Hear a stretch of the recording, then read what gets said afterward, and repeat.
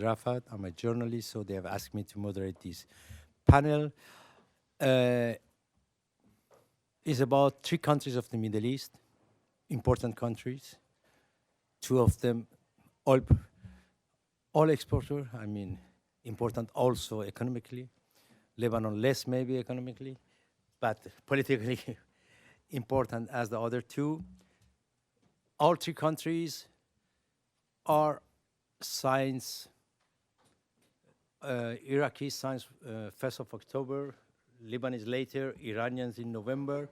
They have started a national-wide protest against the economical situation that is very bad in all those countries, against the bad administration, and against the Iranian influence, who is imposing his ministers, his governments in other countries, especially in Iraq more, in Lebanon less, but they do it through Hezbollah and Michel Aoun also, that they are pro-Iranian forces in Lebanon.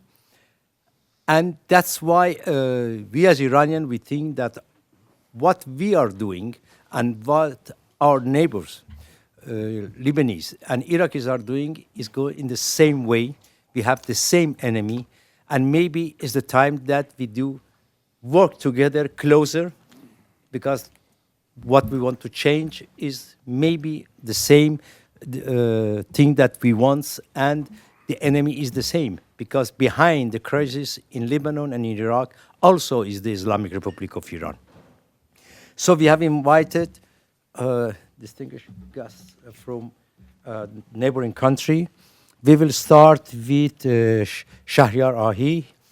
Shahryar Ahi is the spokesperson for Iran Transitional Council.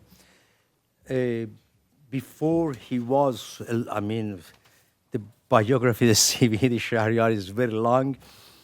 He was head of several TV and broadcasting company. One of them was AGI, that included NBC. He was also co-founder of the Baltic Fund after the collapse of the Soviet Union, co-founder of UDI, Unity for Democracy in Iran, and now founding member of the Iran Transition Council. The floor is yours. Thank you very much, Ahmad.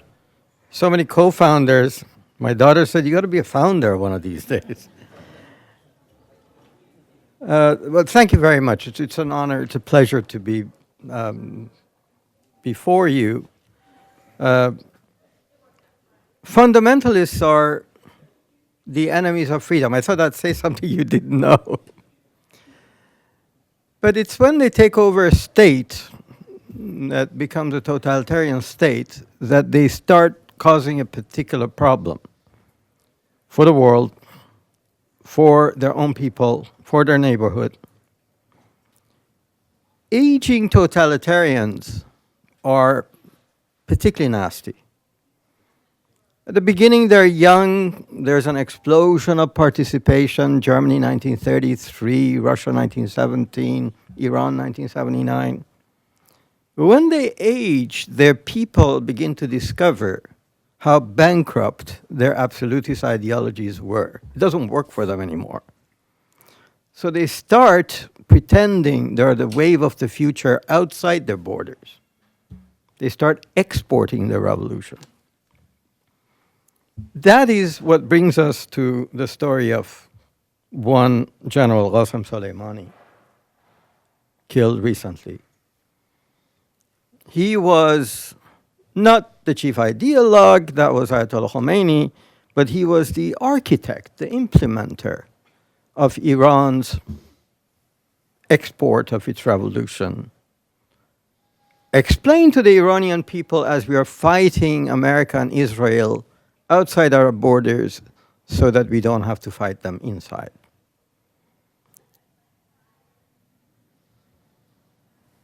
Of course, he didn't have the industrial base to have a balance of force with its nemesis, as Germany or the Soviet Union.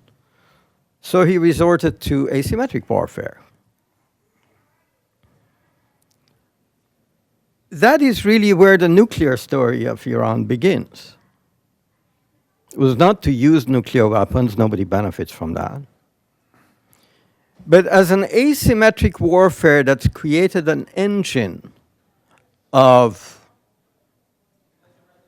low intensity warfare throughout the region, stretching from capitals of great Islamic empires, Damascus and Baghdad, to Yemen, to Lebanon. The fear of an asymmetric warrior is escalation to high intensity where they no longer have superiority. To deter that, he needed a nuclear weapon. That's the story of the importance of nuclear weapons for Iran.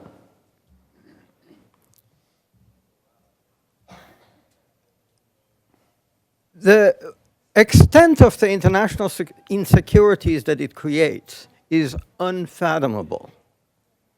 If I were to ask you to guess how much the world economy is worse off because of the security measures, it's not just physical security, it's not transportation of goods, it's not relations that don't lend themselves to contracts, deals, globalization. It's the blocks in the international financial system.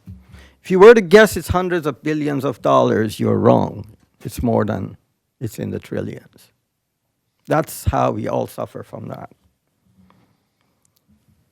The Obama administration's answer to that was a nuclear deal. And they got it. There was JCPOA, and they thought that that's the end of the story. Then came the Trump administration, and they said, no, wait a minute. It's not the nuclear weapons which is our problem. That's a derivative, subsidiary problem. It's Iran's behavior in the region. It's its export of revolution. It's what it's doing from Yemen to Syria. We don't have a problem with nuclear weapons in India and Pakistan because they mind their own business. They're devoted to the welfare of their own people within their borders. Now, here's a problem. And it's a problem that I think it's not appreciated very much in Washington, because how do you do a deal on Iran's interference in the region? On the nuclear deal, you have precise measures, not more than 3.67% uranium enrichment, not more than 300 kilograms, et cetera, et cetera. And you've got an institution that could verify it, that's acceptable to both sides, IAEA. But how do you measure, define, verify Iran's interference in the region? What kind of a deal? What does it look like? What are the guarantees built in there? That's the problem that we are facing today as we look around us trying to find a solution.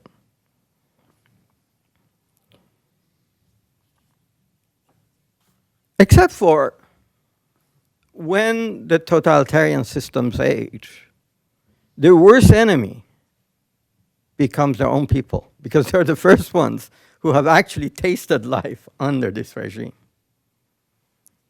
Remember the Soviet Union. Russians had long given up on the usefulness of the Soviet system when the lines for taking a course in Marxism at the Sorbonne was 2 years long, or in Argentina, or national liberation movements in Africa, whatever. We were trying to pretend we are the wave of future elsewhere, where the Russians had themselves given up. Maybe in a totalitarian system that becomes too dangerous before it gets that old that people give up on it, like Germany, where war becomes necessary. But Iran has already passed that stage. there have been uprisings. 2 years ago, in an uprising that in 48 hours spread to 100 cities or towns, about 100,000 people, the security services in Iran felt, well, we can control that. We got the manpower to control that. But twice that number starts being iffy. Well, it didn't take 2 years. In 22 months, you had another uprising, a little more than twice those numbers. About 250,000 people, about 150 different locations. And the security forces were too thin to cover it. They panicked. When you put heavy machine guns on trucks and go shoot waves of unarmed people, as in Mahshar in the south, as in Shahriyar near Tehran, when you have a county, Quds, that the governor's office is under the control of the population, she ran away. She went to the Revolutionary Guards. Took her 3 hours to persuade them to come back. You know the desperate straits that the regime is in. There's also the maximum pressure campaign, the miserable economic conditions. At first they said, well, without the Europeans, without the Russians, the United States by itself can't do much. You can't push Iran below 500,000 barrels a day. Well, they pushed them to even just barely 20% of that, 100,000 barrels. So what is this aging totalitarian system to do? They started fighting on two fronts. One, escalating pressures on the US and her allies in the region, starting by mining ships, hitting targets here and there, pretending they're Yemenis, hitting civilian airports in Saudi Arabia, and then, you know, in one blow, taking 5 million barrels a day out of circulation. No response.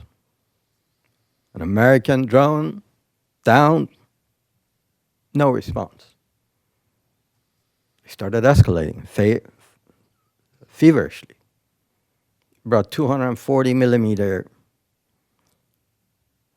artillery, twice the size of normal. Those things could really bring a building down, full of Americans, near Baghdad airport. Until the US reacted. And that was the killing of General Soleimani. But before the architect of Iran's asymmetric warfare died, the project itself had died. Because this explanation that we're going to fight the US and Israel outside our borders, what about those people outside our borders? Why should they carry the cost of your asymmetric warfare? It started being less and less popular. Demonstrations against Iranian presence in Iraq. In Lebanon, initially it wasn't per se demonstrations against Iranian presence, but Hezbollah began to make it look like that. So the project was defeated outside. The people are unhappy inside. There's no economic solution. There's no foreign relations respite. And the asymmetric warfare died. So Shiite fundamentalism has this liturgy, Ashura, which is putatively the mourning of Imam Hussein, but it's really a state of mind. It's a fever. It's a fever, it's a ritual that makes you forget the current pains and problems. That is what's going on in Iran. If you want a word, the last refuge of the Islamic Republic is to create an Ashura state of mind to forget these pains.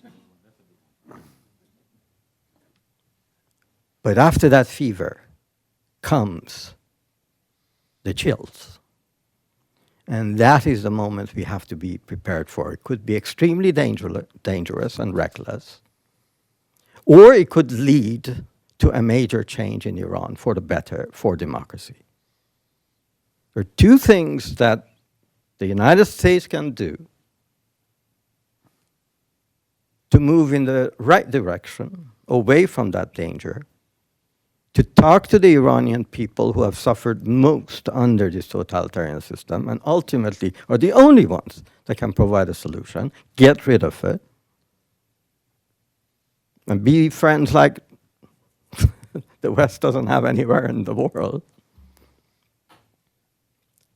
And for that, the scissor has to have two blades. Maximum pressure by itself doesn't work. You have to have a message of hope. And it's easy to give a message of hope. In my introduction, they said, we saw the reconstruction of the Baltic states on the ashes of the Soviet Union. It's amazing how compressed nations like that can rise and use energy that had been suppressed in reconstruction of their countries, given the right policies. Something like an Iran Reconstruction Fund. Doesn't need public money, but certain conditions that cleans the Iranian economy, the government budget, allays anxieties of the international communities, and gives Iranians a chance to rebuild their countries and remove this threat from international peace and prosperity. Thank you very much.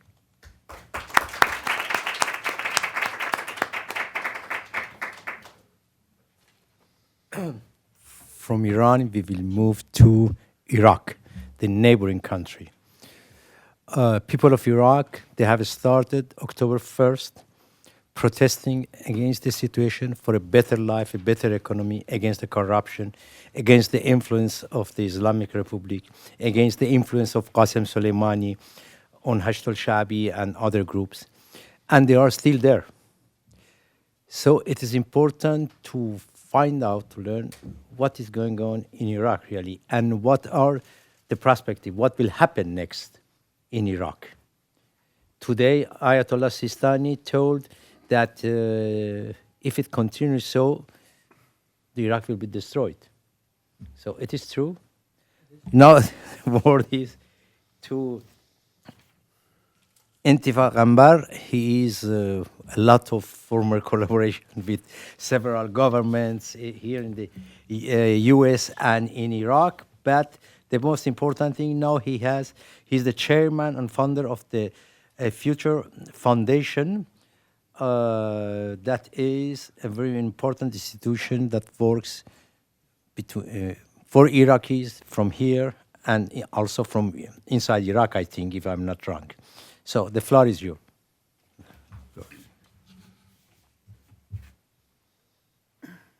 Good afternoon. I think I was thinking, what should I talk about today? I think the most important thing is to focus why the Iraq Revolution started on October 1st. Why didn't it start before?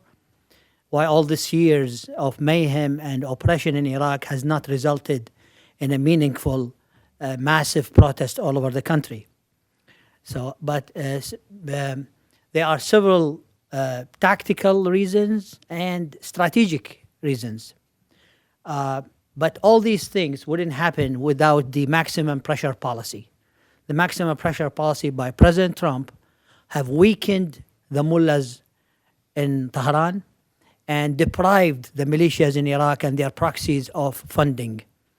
I tell people in Iraq, the mullahs really likes dollar more than the Mahdi. And they likes dollar more than al-Hussein because dollar makes them going. And Qasem Soleimani, when he sits down with an Iraqi official, a bunch of Iraqi officials, he has in the trunk of his car bags of money and few roadside bombs. If you go with him, he will give you the money. If you don't go with him, he will plant an IED for you and he blows you. So his strategy was based on that. The American diplomats obviously do not have this capability. That's why they don't produce very good results and very quickly.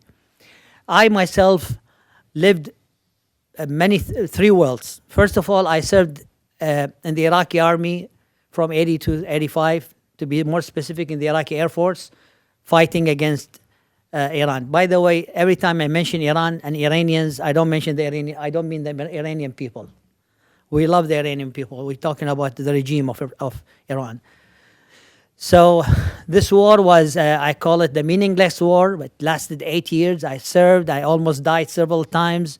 I lost 4 of my closest cousins. Then I was arrested by Iraqi intelligence in 87 and tortured, and I fled to the United States, got my freedom, went to Georgia Tech and studied here in school. And I joined the Iraqi opposition. So I said, after 8 years of war, maybe it's time for us to reconciliate with this regime in Tehran and make up some sort of peaceful accord that will make us live across the borders in a peaceful way. Specifically, the Iranian people, we have relations of marriage, cultural, even the food, and not to mention millions of religious pilgrims every year. So that leads us to the 2003 war. I was the head of the Iraqi opposition party, office in Washington, D.C. from 2003, and I was liaison with the Pentagon and training of Iraqis and with the White House then, and we overthrew Saddam with the help of the United States. And the whole thing was based on a coalition between the Kurds and the Shia Islamic parties. And this coalition immediately collapsed right after the fall of Saddam, because there's only one common thing that brings those people together, is the hatred of Saddam. The Kurds are secular, and the Shia Islamist parties are very much loyal to Iran. And in spite of their promises, when they come back to Iraq, they want to be patriotic. They turn to be completely proxies of Iran. And that was the biggest problem from the beginning. That's why the system never worked. Now, those people look at Iraq as a portion or a part of an Islamic republic based in Tehran, just like Istana with the Ottomans, and their loyalty is answerable to Tehran. As we used to say in Iraq, the communists, when it rains in Moscow, they carry umbrellas in Baghdad. Those people, when it rains in Tehran, they carry umbrellas in Baghdad. And they started to feel that they have to pay to the central government, to Khamenei, to keep this Islamic republic going. In 2013, there was a big turn because Khamenei met with several Iraqi Shia officials. He summoned them to Tehran and told them, we spend $11 billion in Syria. From now on, you have to take the burden of the spending. So Iran started to use corruption money in Iraq. By laundering the money, they could take 20 to 40% of this laundered money as a cut to their expenses. And Qasem Soleimani became an actor to empower corruption in Iraq, because corruption means funding to their operations. And they started increasingly becoming more reliant on milking Iraqi resources. Now, why the revolution happened? The revolution happened as a result of demonstrations by millennials in Iraq, people who were born in the 2000s, couple of years before, couple of years after. And those people, one feature that's different from me, my generation, and the generations before me, they have not lived under Saddam Hussein.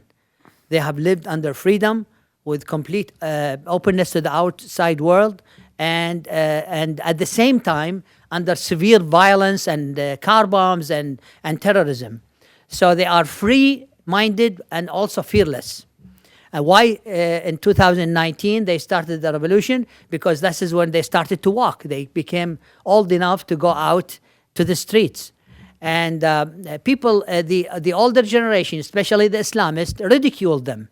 And they called them the Babchi generation, because they use, there's a game, it's called Babchi. Believe it or not, of all important things in Iraq, Iraqi parliament made a law to ban the Babchi game. Just like when Stalin banned jazz in the 1950s. So this Babchi generation turned to be the most vicious, and they were outside demonstrating, And immediately the militias started, and Qasim Soleimani organized a plan to use snipers to kill them openly, and they killed many hundreds of them. And in spite of these killings, those people continue to come out and continue to do it. A couple of days ago, I got a call from Nasiriyah. They told me Abu Mahdi al-Muhandis funeral came back from Iran, and the militias want to take him through the southern city of Nasiriyah for his funeral.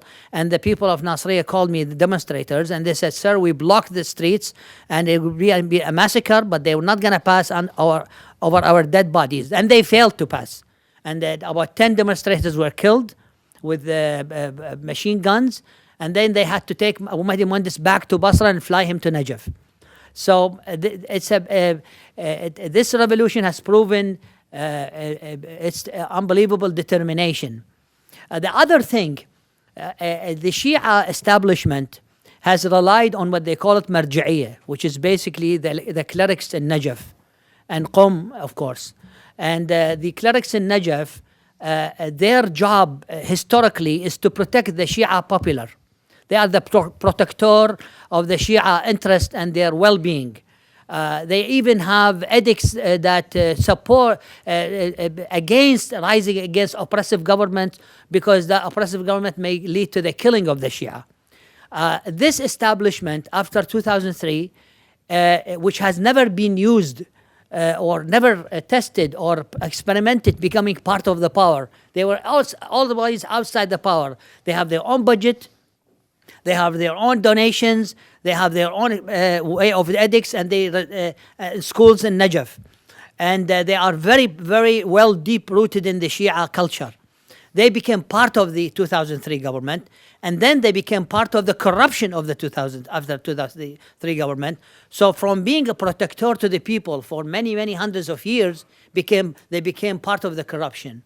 And Ayatollah Sistani, he's a very old man. His son is very corrupt, and the establishment around him all involved in corruption. And they have endorsed many ministers and governments that turned to be very corrupt and counterproductive. And they are now between two fires. If they admit they were part of the corruption, is bad. If they don't admit it, not to mention the coercion that comes on the Marja'iyya and Najaf from Tehran. And that led to that this generation does not feel the respect of previous generations to the Marja'iyya and Najaf. For Muqtada Sadr, his father was Ayatollah Muhammad Sadr, which was killed in 1998. Also, people did not see Muhammad Sadr. So his son Muqtada, very corrupt, part of this corrupt government. He has 7 ministers in the government, and he claimed to be anti-corruption. And so he lost respect. Al-Hakim, prominent family. So this generation is a very, very unique generation, and it has created this. When this revolution started, Khamenei was very, very uncomfortable about the events, because he came out in a tweet and said, the Iranian people and the Iraqi people are united by the blood of Hussein, which is the grandson of Muhammad, he was killed in Iraq, and it's a long story. And the very same day to his tweet, demonstrators in Karbala went and burned the Iranian consulate in Karbala, which is where Al-Hussein shrine located. That was a very strong answer. Even President Trump retweeted the burning of the Karbala consulate, and about 27 people were killed in the burning. They went back again and burned it second time, and third time, and fourth time, and fifth time. So this is a groundbreaking situation where you have a very strong Shia-held populace now who are anti-Iran mullahs, and it's not going to change. I can guarantee you now, you cannot find one picture of Khamenei or one headquarter of a Shia militia in any southern city in Iraq, which they used to claim part of Iran, part of the Islamic Republic. And that's a huge change, and I think it's a huge opportunity. Now, the killing of Qasim Soleimani, I'm going to end my speech now. The killing of Qasim Soleimani has created a vacuum that I don't think any other person will fill. I worked with the Shia establishment in Iraq. His clout, his knowledge, his networks, his spending. I was told He has $3 to $4 billion of cash in his back pocket to spend. Somebody else cannot get this kind of money. Somebody else cannot. He even has networks that even his government doesn't know about. And he has a huge influence on the Iraqi Shia establishment, corrupt establishment. Now the mullahs' only stronghold left in Iraq is in Baghdad in the green zone with a few hundred politicians. Including as I call it, the Qasim Soleimani parliament, which was handpicked in 2018 in a forged election. I think this is groundbreaking. And I kept saying this earthquake will reach Tehran, and it has reached Tehran, and it's going to reach the whole world. And I think we have a very promising future to get rid Iraq of this Iranian hegemony. And if Iran loses Iraq, I think it's very possible the mullahs in Tehran will lose their grip to power. The Iraqi people, since October 1st, have not burned one American flag. They have not burned one Israeli flag. There was never any anti-American chanting, all against Qasim Soleimani and the mullahs. People are chanting against Qasim Soleimani now, even in weddings, and even in university graduations. And this is what has happened. Anyway, thank you very much. I have exceeded my time, and I hope you like it. Thank you.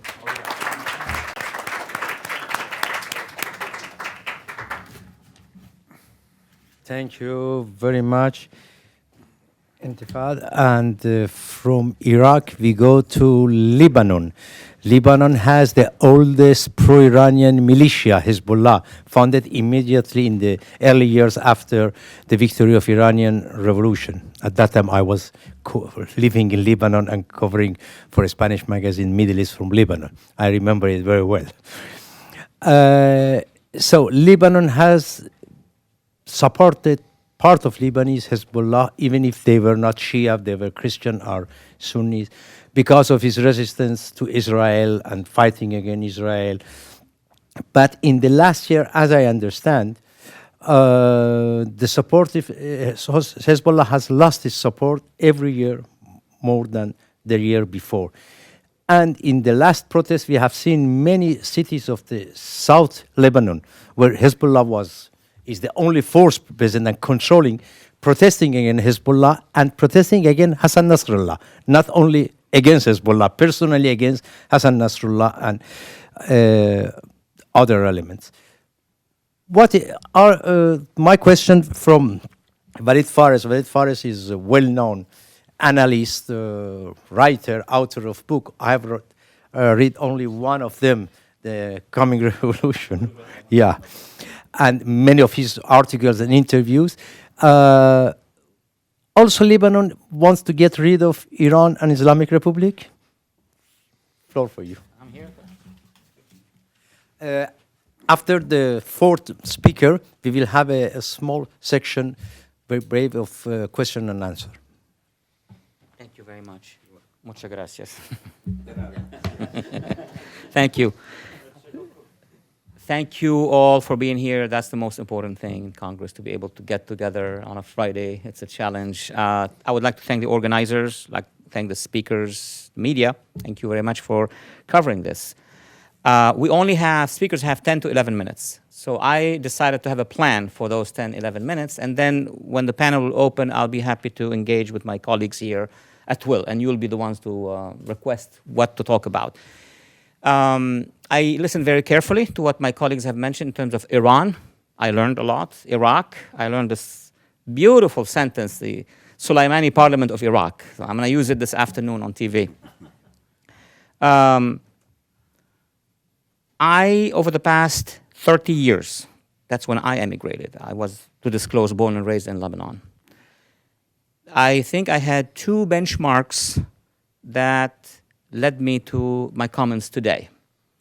Intellectual ones, published one. One was a academic journal article in 1992, which basically announced or projected this Upper Middle East alliance axis between the Iranian regime, the Assad regime, and eventually Lebanon.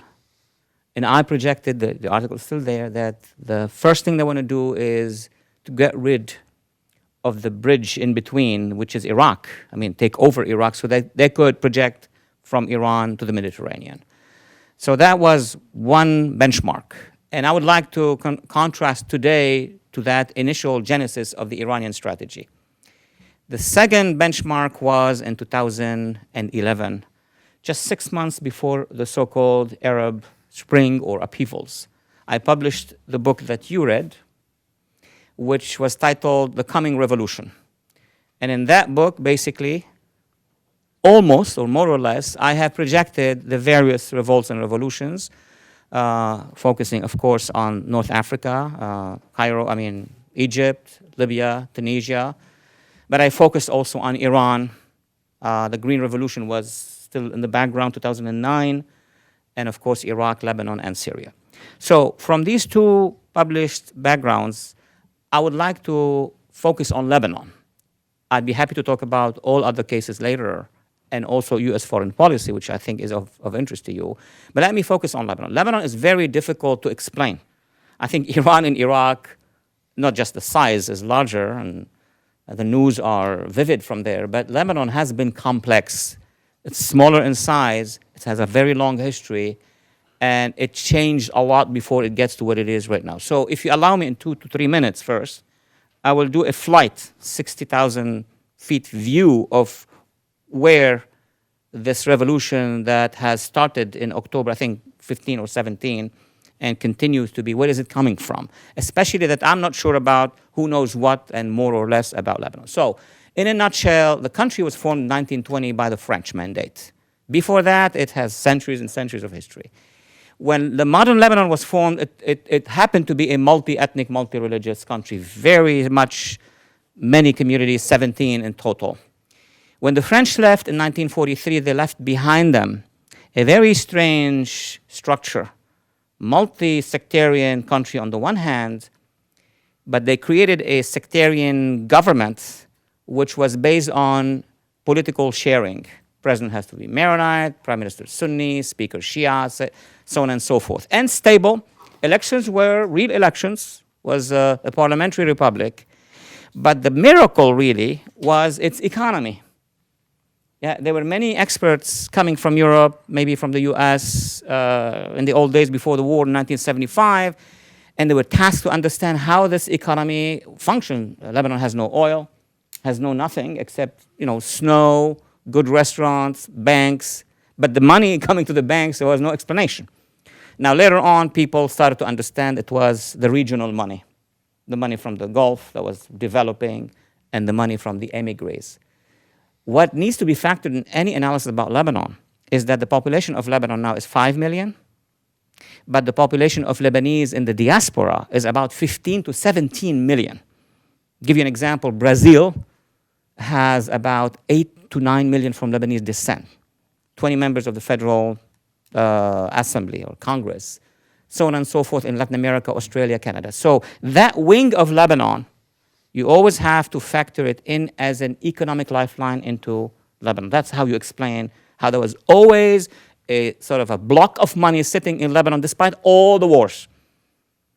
I mean, Lebanon went through a 15 years long war. Iraq and Iran, is it 7 years or something like that? 8 years. So these are important questions to understand that today the challenges are of two kinds. And I'm sure it applies to Iraq and in Iran. But in Lebanon specifically, you have the economic game, up and down. And then you have the political, geopolitical, sectarian, regional, all of that is another track.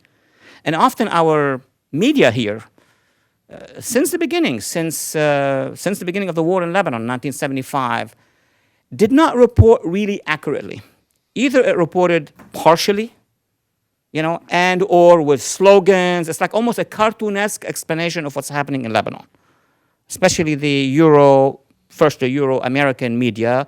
And now we understand why, especially after the Iran deal. There are reasons for why the media, explain things the way they did. So let me go quickly. This whole world of Lebanon's success economically was shattered in 1975. During the war, the Lebanese classical war, 75 to 1990. That's a 15 years war. Now, the alignment of forces in Lebanon changed during the war. in the beginning, it was the PLO with all its organizations linked to many Arab regimes, plus the far left link to Moscow. This is all in the archives now, plus the Muslim/Islamist, and there were differences between the Islamists were smaller in size, but the traditional Muslim forces were the ones who would confront but want to get to another deal with whom? With the Christian side and sectarian side and the Lebanese army. So we're going to bypass all of that because it went through many back and forth. And then Lebanon was invaded twice, once by Syria under the Assad father regime, and then by the Israelis later on because of the PLO. So Lebanon, at the end of that war, has solidified in two large blocks. One block was controlled by the Assad regime. That's the bottom line of it. And I called it a condominium. It has the Assad regime army occupying. It has Hezbollah. And since the revolution of 1979, Assad went to Tehran and concluded in a strategic agreement, which was signed with the Iranian regime. And since then, those two groups, the pro-Syria, pro-Assad, I would say, and then the anti-Syria, counter-Assad. At the end of the war, one bloc won. And this is how the media in the West did not report it accurately, because who writes the history? The people who, the victors. The people who are the winners are going to write the history. So what the New York Times, Le Monde, and everybody in the West has published is that the war is over, there is a reconciliation, and then now let's focus everything on reconstruction. If you go back to the archives, it was like the longest reconstruction in the history of reconstruction. People would pour in money. But let me get to that point in a second. So at the end of the war, yes, there was an agreement in Saudi Arabia, because you have to have a format for the end of a war. But those who won were the axis between the Syria Assad regime and Hezbollah. That's the condominium that ruled Lebanon from 1990 till today, with one little hiccup in 2005. I'm going to mention that one. All right. So what was the deal in 1990? The deal was that the Assad and the Hezbollah condo over Lebanon did this. They said to the politicians, because they needed all the politicians from all religions, look, we, Assad and Hezbollah, take care of the national security and sovereignty of Lebanon. It's us, meaning we occupy. We call the shots. We do the war with Israel when we want.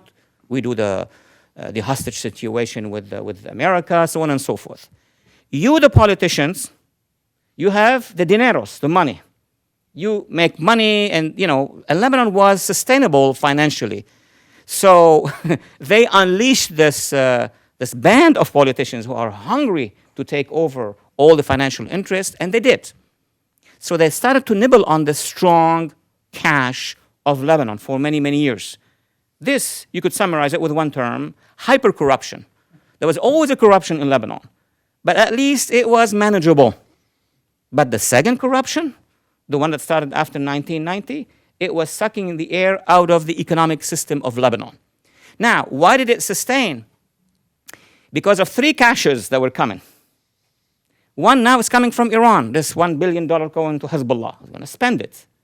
The other one coming from people living in the Gulf, the Lebanese living in Dubai and Abu Dhabi and all that. And then a third one, the diaspora. So while there was a corruption, there was always a feed coming in. It explained the survival till 2005 of that system. 2005, there was the first Cedars Revolution. The first revolution. 1.5 million people walked in the streets of Lebanon. That was backed by the US and France. And the result of it was the withdrawal of the Syrian army. But what was not solved was Hezbollah. So Syria withdrew, Hezbollah stayed behind. And now we're going to go on a journey, and we get here, from 2005 till October of last year. So the country was not ruled by Assad anymore directly. It was ruled by Hezbollah. And Hezbollah became a mega Hezbollah. The difference this time is economically it was not sustained anymore, because the cash has gone, and because of the clash between the Arab coalition and Iran. Arabs were not investing much in Lebanon anymore. So now the level of societal acceptance of a country controlled by Hezbollah has lowered, which explains, and I'm brought you home now, how a huge popular uprising occurred as of October. They were rising initially because of the economic, very, very severe collapse of the country. The cash actually has fled the country. And because, of course, backing that system is Hezbollah. So what is the conclusion? The conclusion is that a majority of Lebanese now of all sects, and as my colleagues have mentioned, you have Sunnis all over the place, Christians, Druze, a large chunk of Shia, even demonstrating in Hezbollah's areas. They rose. Problem is, they rose at a time where the international community has let go, has abandoned Lebanon. So, as I expected already last year, this revolution in Lebanon is going to take a long time. This is not like 2005, we do a big 1.5 million revolution on the streets, and it's so. No, this is going to be the long run, exactly as in Iraq, exactly as in Iran. Right? It's going to be very similar. So let me leave you with a couple conclusions.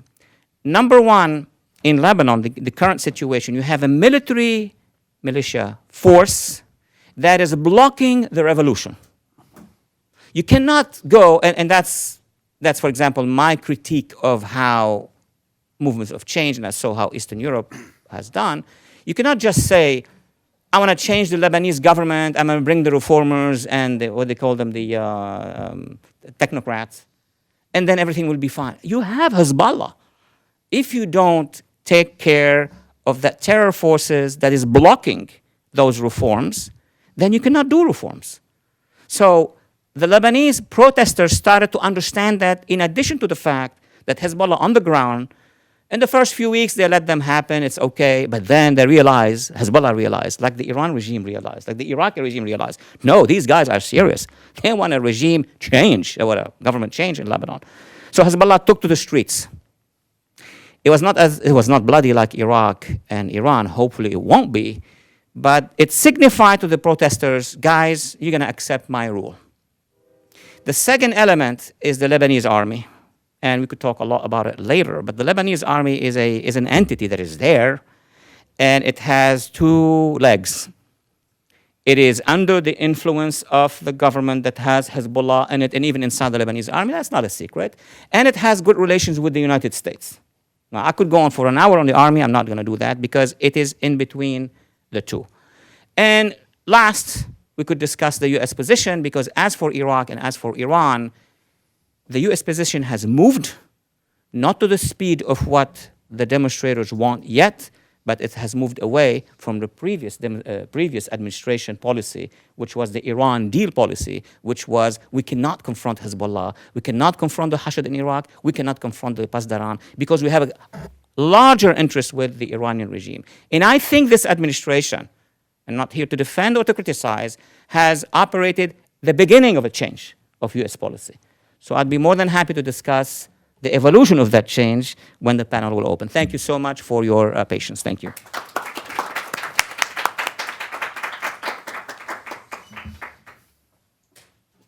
Thank you, Walid. We have the last speaker, Kamal Azari. He's a member of the board of the Iran Transitional Council, as businessman based in California. And we have studied at Berkeley University, if I'm not wrong. No, Fordham University. Fordham University. I was a fellow at Berkeley. Oh. And he's expert in the Middle East and the North African countries. You have the floor.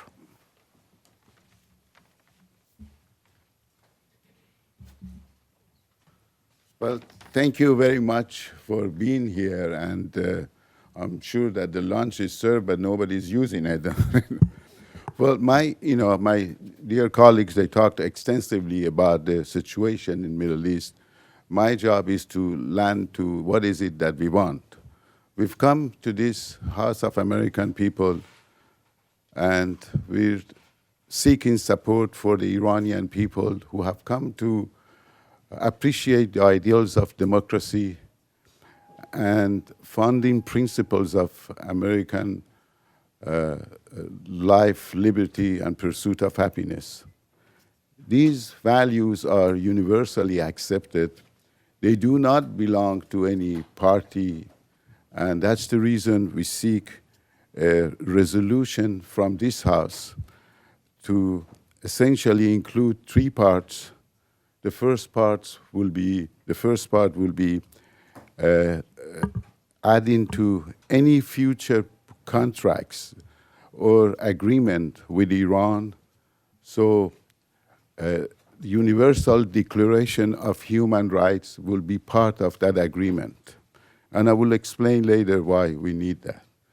And the second part of that resolution, we're seeking to have the ability of Iranian people to have their own independent political parties in Iran, and also be able to have NGOs that supports life and the environment of the country. And lastly, to come up with a language that access to internet is part of human rights.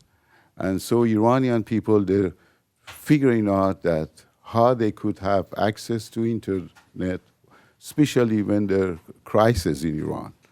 And I'm not sure that we understand the details of that, but I'm sure we could work it out. But this resolution, it will be very important to be part of an agreement, and any agreement or treaty or whatever they will come up to negotiate. As an important part of it is that to be supported by provisions of that, the same agreement. To understand the nature of regime in Iran, you have to look at it in the past 45 days and see what they have done to the Iranian people. You know, because of their policy, Iran is in deep depression economically. So there's really lots of unemployment, a lot of people are out of work, and businesses, they don't make money. So governments decides to increase the gasoline prices. A normal government would have gone to the Congress and have talked with the, will discuss that with the people, that this is what they need, that's what they have to do. But none of that happened in Iran. And in fact, most of these House members, later on, they claimed they had no idea that anybody is going to increase the gas prices. So all of a sudden, one morning, they hiked the price of gas threefold to fourfold. And as a result, there were a lot of demonstrations which rapidly spread in probably more than 200 cities, mostly in low and middle class neighborhoods. And government responded within 3 days by killing over 1,500 people and wounding probably 3,000 to 4,000 people and detaining over 10,000. So you will imagine that, the thing that could have been probably, and the government troops, they were all ready with their guns and to control the crowd. But they never thought that it would be probably more prudent to discuss that with people before that event took place. But they were much easier for them to feel that they could control the people with violence than discuss the problems with them. So as a result, when you compare that later on with other actions that they took in order to probably change the subject, they started attacking Americans in northern Iraq, killing an American, wounding 2, which retaliated with American, bombing some other sites in border with Syria, and essentially came to killing Qasem Soleimani. Now, with the Qasem Soleimani, they created a mass funeral to rally the people, and in the process of that, another 78 people lost their life. So losing life in Iran by the government agencies is a very normal thing. And then they started to retaliate against Americans. They made sure that they will send their missiles to an empty or to vacated camp, and they fired their missiles, but in the process, they shot down an airliner and killed 178 people. So whatever this government does, some Iranian will die. So as a result, some people are saying that Islamic Republic is a terrorist state. I really don't think it's because terror is a means for an end. Iranian regime is a manifestation of terror. It's a manifestation of evil. And to deal with that, you really need to change the entire system. But the problem is that we don't want any foreign involvement in removing or changing the government in Iran. That's why we need these resolutions to be enacted by Congress, so the Iranian people will have some opportunity to control this evil and to gradually change that. The Iran Transitional Council is formed to provide that kind of leadership for nonviolent change of the government. So the resolution that we would like to have, I will say that again, it is to add to any future agreements or treaty that we might sign with Iran to have these three parts. Number one, to add the Universal Declaration of Human Rights as part of any agreement, and to give Iranian people the right to have their own independent political parties and to have NGOs to protect the people and the environment, because they have all been either sentenced to long-term jails and one of them was killed. And also the right to have access to internet, because during any crisis, by shutting down the internet, they will control the country and be able to do their mass killing. I'm getting the sign that I guess my time is up. So thank you very much again for coming here. We will answer the questions, I hope, and the lunch buffet is served there too. Thanks. Thank you, Kamal. Your paper, maybe you need it. Okay, now we can take some questions. If there are any questions, please go ahead. Mr. Abdian. Yeah, my question, I guess both Mr. Amber and Dr. Ali,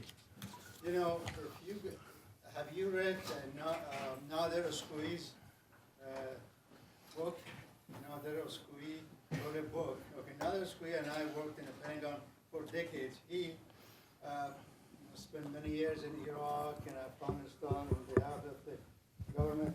But he's saying that one of the major projects of Qasem Soleimani was to create a force independent of Iran, independent of the Islamic Republic.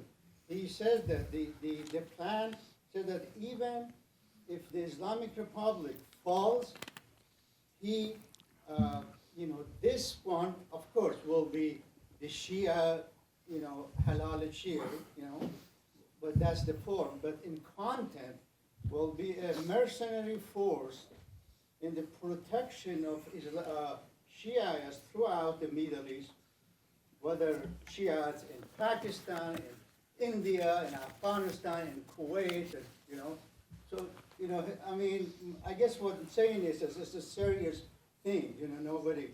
So my question now is, if you think now that Soleimani died and his deputy is not impressive, I wrote a couple of articles this week for different newspapers, Independent or Sharq al-Awsat. I said, either Al-Quds force will dissolve, or the government have to come up with someone to make this project. In other words, if to feed with money and force that this project, this Shiite mercenary force, And Mr. Gambar, I asked you because you said the Marja'iyah.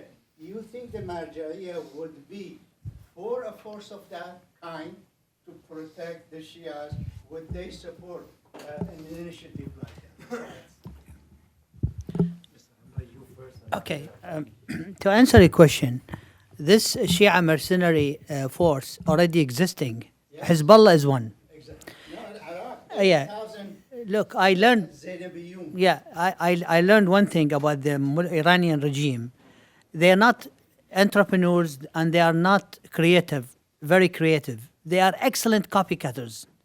If they try several things, if things works out, they multiply it very quickly. So they wanted to multiply the experiment of Hezbollah in Lebanon and Iraq. The problem, they didn't understand Iraq is different from Lebanon. One difference that I failed to mention in my speech, Iraq is different from Syria, from Lebanon, and from Yemen because Iraq had 8 years of war. Those did not. And Iran was, as Dr. Walid said, was funding Hezbollah. Iraqi militias, they fund the mullahs, and the mullahs go back and fund a portion of what they send to them. So that's a big difference.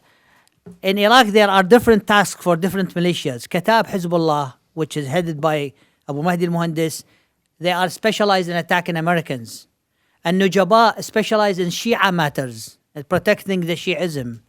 The Asa'ib al-Haq are more specialized in oppressing the people inside Iraq.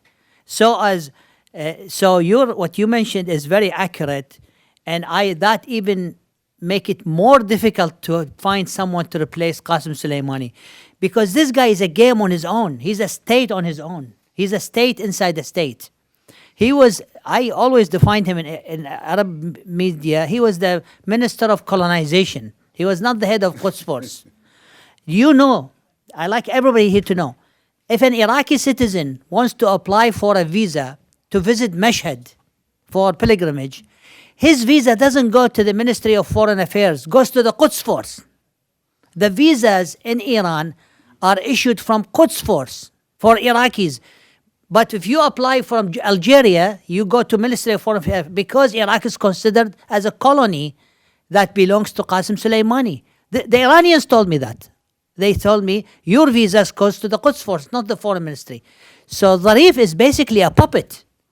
All the job, all the real business of these 4 countries, Lebanon, Syria, is in the hand of the Quds Force. And that's why Qasem Soleimani's killing was right on the spot. It's really breaking the back of the regime. I hope that was...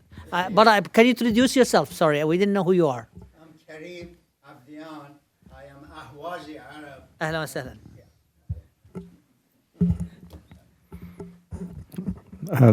Dear friend, Dr. Abdian, excellent question as always.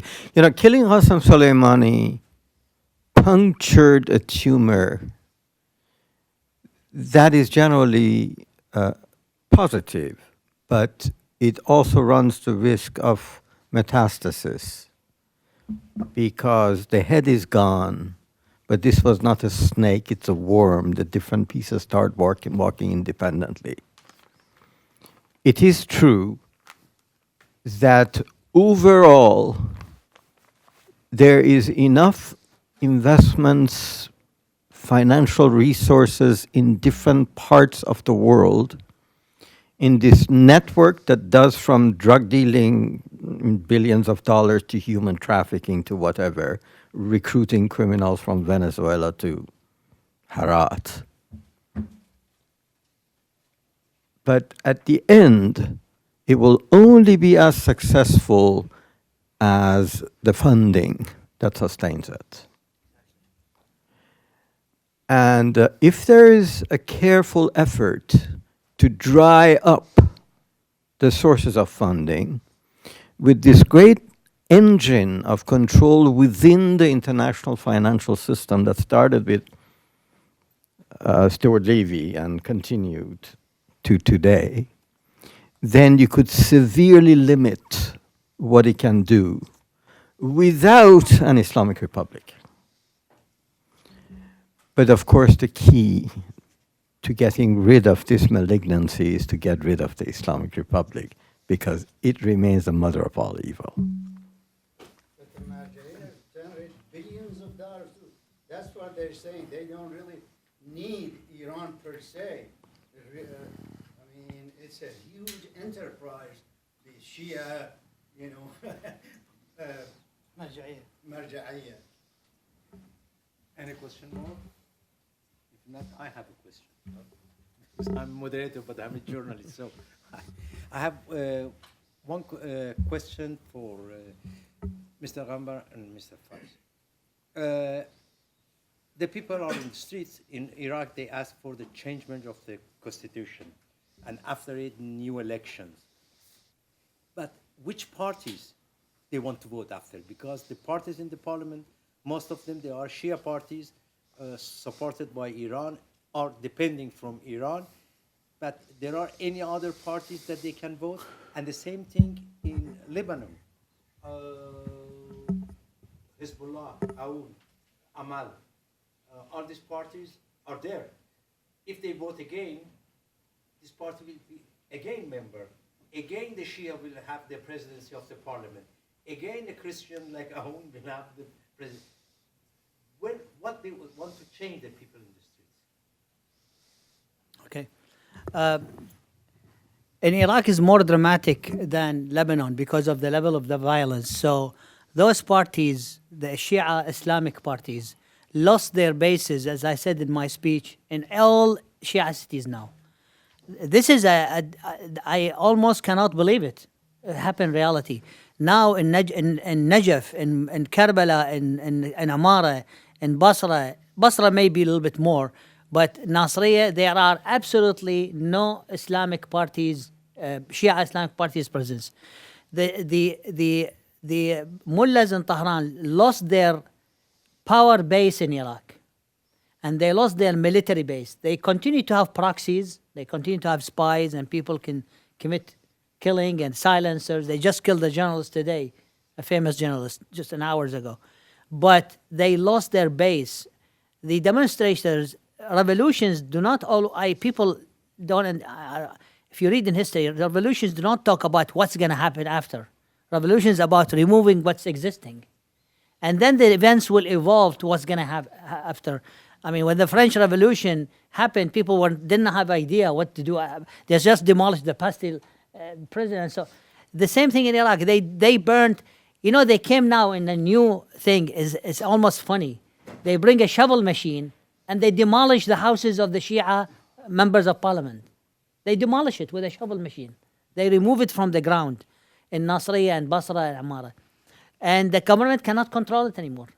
And now so basically what you have is, to be honest with you, is not about the constitution.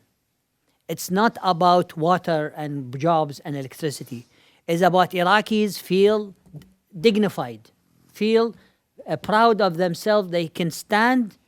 They believe in Shiism. They are hardcore Shias, but they reject the corruption of Islamic parties, which they feel it has nothing to do with the principles of Shiism, of sacrifice and doing the right thing. And that is what is important about it, because it basically, for the first time in 1979, a Shia power base has this kind of level of uprising with this significance. Hezbollah in Lebanon, I don't want to speak on behalf of Dr. Walid, Hezbollah in Lebanon still maintains their which is the different from Iraq. But in Iraq, it's gone. There's no more, and they will never be back. I don't think so. May I ask a question too? If they're devout Shia, they have to be, following some Ayatollah. Are they secular or are they Shiite? And They are devout Shia, and this is exactly a very good question. There is now a need for emergence of alternative marja'iyya. The current marja'iyya cannot satisfy their demands. They believe in Hussein, and they carry the Hussein flag and the Abbas flag everywhere. But they don't believe in Sistani. They ridicule Sistani now. They hate Muqtada because they don't see them as the protectors, or they are following the steps of Hussein. And that is exactly what we are coming to, a dangerous spot, because you have a vacuum now, and has to be, marja'iyya is important for the Shia. If they don't accept this one, which is clearly they do not accept it now, they don't respect it anymore, we need to have an alternative marja'iyya, and we are working on it. what about being secular? Do you see any possibility of they become secular or Shiite?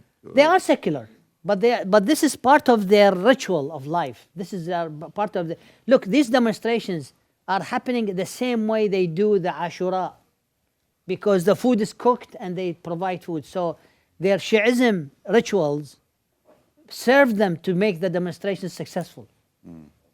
It's a habitual, it's a social thing more than religious thing. A culture. Yeah. Yeah, I got this one here. Okay. So let's make it simple on Lebanon. You have on paper. Can you make it simple? Yes, I can make it simple. You have on paper and you have in reality. That's why I spent a minute talking about the media. The media in the West is not projecting reality. It projects the process, depending who you are sympathetic with. Having said that, so on paper, when you have a revolution, and revolution exploded in Lebanon, we've seen it, millions on the streets, so on and so forth. So what happened? The government should resign. And the government of Mr. Hariri resigned. The protesters initially asked for the resignation of the prime minister, the president, and speaker of the parliament. Everybody goes down. We have a new election, international observers, formation of a new parliament that would elect a new president who would form a new cabinet. That's on paper. If you are a political scientist, that's how it should go. That's what happened, actually, even in East Germany, in Czechia, Czech Republic, that's the process. In Lebanon, reality is different than the paper, because there is a force in Lebanon that would block that process. That's why I'm trying to make it very simple. Who among the three leaders of Lebanon resigned? The only one who resigned? Prime Minister Hariri. Prime Minister Hariri is a moderate guy. He's Sunni. He actually was part of the Cedars Revolution. He has good relations with the U.S., with the Saudis, and he's not combative with Hezbollah. So that makes him somebody who can resign, and told them, form the next cabinet. The revolution started to push forward. Aoun, president of the republic, who is Christian, but he's an ally of Hezbollah, is not going to resign. Speaker of the parliament is Shia, is not Hezbollah, but he's not going to resign. And who's telling them not to resign? Hezbollah. Because if the president resigns, Speaker of the parliament resigns, the opposition will win. And if it will win, it will get a new government. The new government will ask Hezbollah to disarm. So Hezbollah is not crazy. He's not going to allow what he has to let go. So now the real path is not going to be the normal path.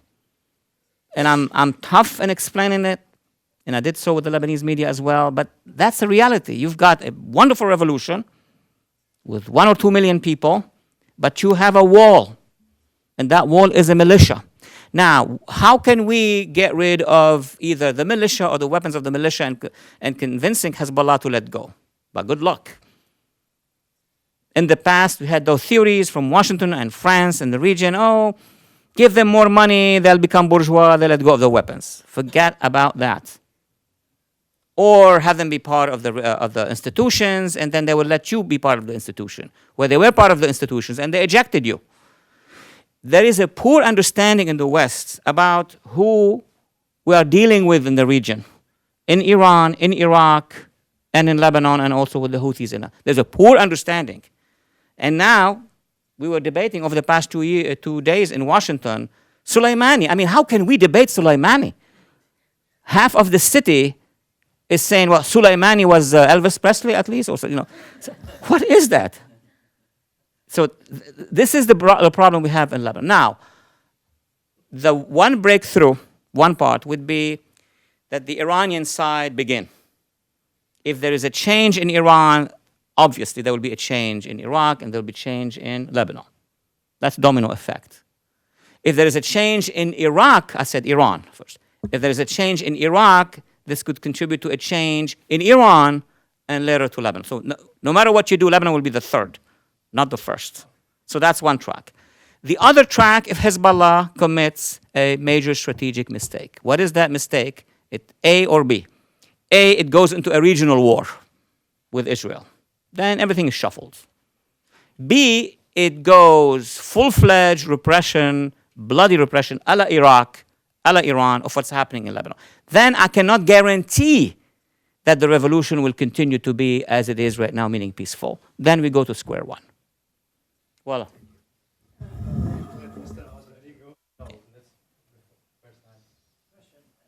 No. The base of Hezbollah looked at Soleimani as the top protector of Hezbollah. He could bring the resources into Lebanon, so on and so forth. And at the same time, he was, after Khamenei, you have Soleimani, and then somehow regionally you have Nasrallah. This is how they go. That's very true. But Nasrallah cannot play the role of Soleimani because he's not Iranian. So he has all the aura and what have you, but he cannot. I mean, if there was a Nasrallah who's Iranian, he could play that role. That's very true. Or even Iraqi. But Lebanon is too small, and the community in Lebanon is too small to play. Thirdly, what Hezbollah is concerned about now, to be honest about it academically, is not just the replacement of Soleimani, it's Washington. They have not been advised that this administration is going to act like this. They misread it. That's across the three countries, right? In Iran, in Iraq, and in Lebanon. What was done, first of all, the operation. Second of all, the stubbornness of the Trump administration in saying no to Iran. In the past, Iran, Iraq, and Lebanon were advised probably also by people in the West. Oh, don't worry, it's an election year. There is some problem, domestic problems in the US. I don't want to go there. So don't worry. They're not going to face you. But this administration decided, despite everything in Washington, for the next months, is going to confront them. So now Hezbollah, Hashd, and Pasdaran of Iran have a real problem of what to do, in my view.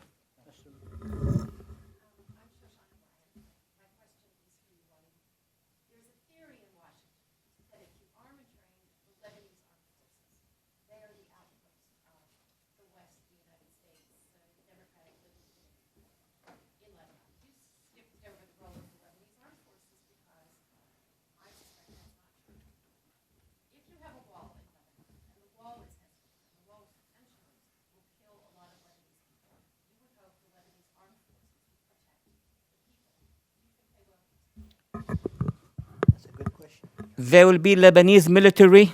Read every word I'm saying. There will be Lebanese military who will protect them. There will be Lebanese military who will be under Hezbollah. I think that summarized it. Yeah, thank you. Excuse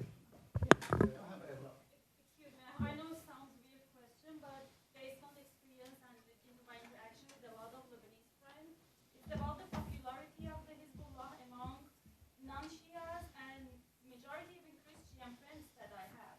First, I don't understand this popularity. Maybe it's the you can talk about the failure of opposition in the role of like in such a role. And second, I know it sounds weird, but with such a popularity among like Christians or non-Shias or Sunnis, so do you see any chance for the revolution in Lebanon before Iran or Iraq? The revolution in Lebanon has already been successful. Whatever you can ask from them, these courageous people to go to the streets facing a militia and security forces, chapeau, as we say in French, they've done it. The problem is the wall, how to... Now, your question is more specific about the non-Shia supporters of Hezbollah. That's simple. In France, there was something called the Vichy government, which was installed by the National Socialists, by Germany. And the Vichy government installed and created a militia, the militia that actually backed that Vichy government. And it's very simple. If the Vichy government falls, the militia will follow. But for that to happen, the Germans have to withdraw. That's why I'm trying to make it to the point. So the revolution by itself right now, at this point, cannot do it by itself. The Lebanese army, you know, it's in the middle. It doesn't have a political decision above it. It has friends in Washington. So it's just sitting on the wall, not knowing what to do. So a change has to come from somewhere. Either Hezbollah will make a mistake, or this administration will have time to deal with Lebanon, because now it barely has the time to deal with protecting our forces in the Middle East. Okay? And those Christian Druze and Sunni who are basically with Hezbollah, remember, 30 years of Assad/Hezbollah occupation, you could create a lot of supporters.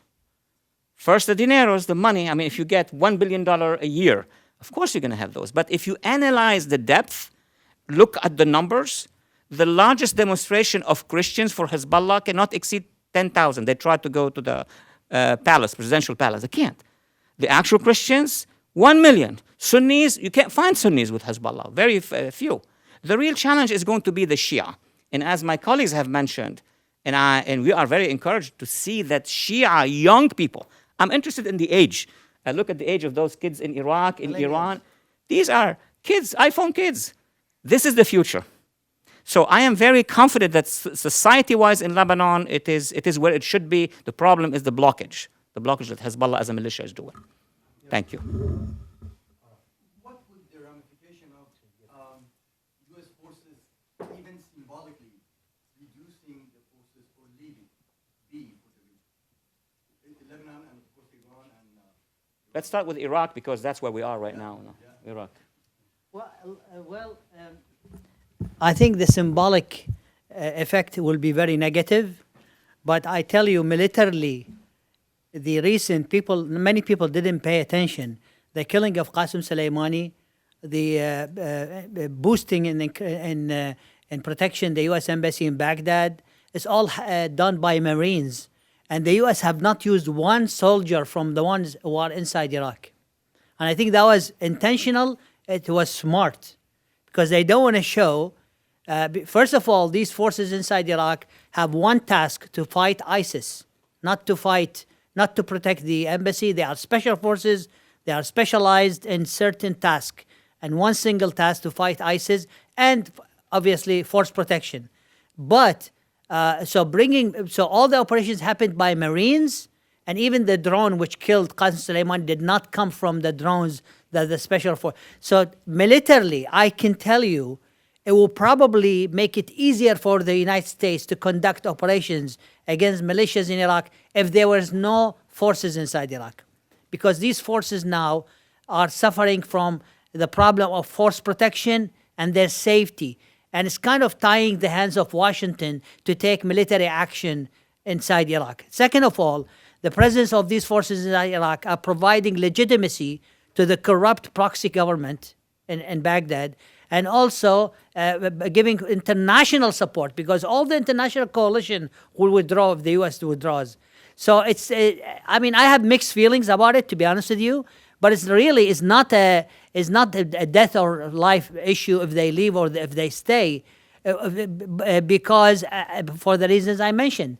But it's very important that we saw this operation against Qasem Soleimani, that the U.S. has a red line. Once it's crossed, there's a consequences. When this contractor, and by the way, this contractor is an Iraqi American, a nationalized Iraqi American. So anybody claims that the U.S. does not support or protect Muslims or discriminate against Muslims, it doesn't work this time. I'm sorry.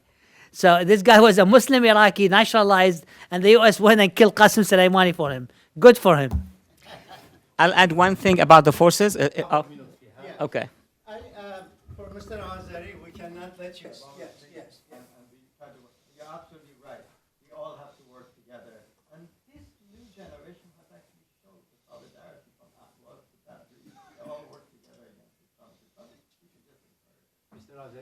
Well, the same, is that, the last two, the past, the 1396 and this recent one, it showed that all over Iran, over 200 cities, they rose up in solidarity with each other. In fact, we had Kurdish and Turks in northern Iran that they actually worked together against the regime. I think the non-violence portion of that, it brings people together, and we want to make sure that there is a future after removal of the Islamic Republic. And that doesn't come from, if they started doing it militarily, they come sectarian war. It becomes much more manageable after the Islamic Republic if they rose up in solidarity for their secular rights rather than their sectarian demands. And I think the future is with that.